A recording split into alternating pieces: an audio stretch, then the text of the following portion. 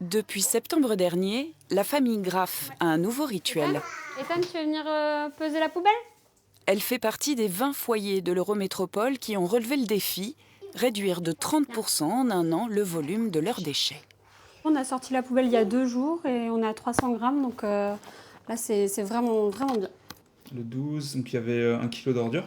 Chaque mois, désormais, ils notent consciencieusement le relevé des pesées, mais n'ont pourtant rien d'écologiste militant. J'aime bien les sports de plein air comme la plongée ou le snowboard. C'est vrai que chaque fois que je suis dans des environnements naturels et que je vois qu'il y a vraiment plein de déchets, ça me fait à chaque fois vraiment mal au cœur. Donc du coup, je me suis dit que si à notre échelle, on pouvait faire quelque chose qui, à plus grande échelle, aurait un impact, je me suis dit pourquoi pas. Et l'objectif est déjà dépassé. Leurs poubelles sont moitié moins lourdes, ce grâce au compostage et au conseil d'une spécialiste.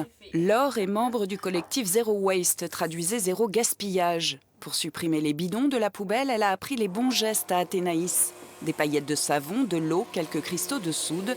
Voilà de la lessive pour 3 mois, faite en 5 minutes. Je me voyais un petit chimiste et tout.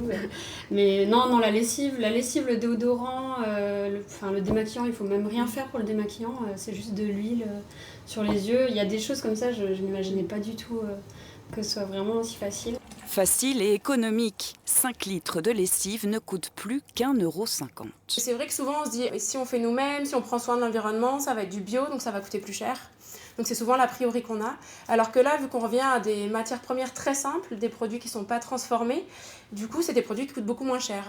Si la famille Graff réussit son défi, réduire de 30% le volume de ses déchets, voici ce qu'elle économisera en termes de poids en un an, et l'on ne parle là que des déchets secs. Soit une cure d'amaigrissement de 245 kg par an de la poubelle des Graff, et ce, rien que sur ce type de déchets. Pour faire ce calcul, nous sommes partis d'une donnée de référence. Un Français produit 590 kg de déchets par an, chiffre qui n'a pas évolué depuis 15 ans.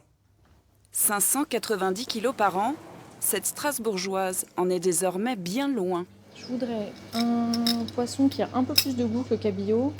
Je voudrais que ce soit de la pêche durable. Quand Marie Offsès fait ses courses, elle est toujours équipée de bocaux en verre et de sacs en tissu. Plus aucun emballage n'entre dans son panier.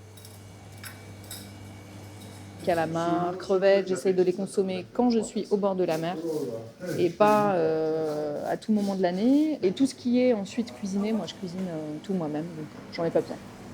Radicale, elle tente le 100% zéro déchet. Ne jette plus rien, n'achète plus d'objets, rien que de l'alimentaire. Du coup, 5 mois de déchets ménagers tiennent dans cette petite boîte. Même à l'extérieur, je fais extrêmement attention aux déchets que je produis. Donc ça, c'est on va dire un fail, une erreur. Quand j'étais dans un café, généralement, quand je veux une eau chaude, je demande des rondelles de citron. Alors ça peut un peu surprendre certains restaurateurs. Et là, j'ai demandé un thé. J'étais fatiguée, j'ai pas fait gaffe. J'ai demandé un thé. On m'a ramené un thé avec un sachet plastique. Et donc, bien sûr, je l'ai ramené à la maison. Malgré les contraintes, elle ne se verrait plus revenir en arrière, avec un chiffre en tête pour s'encourager. 40% de ce qui est produit au niveau mondial est jeté à la poubelle.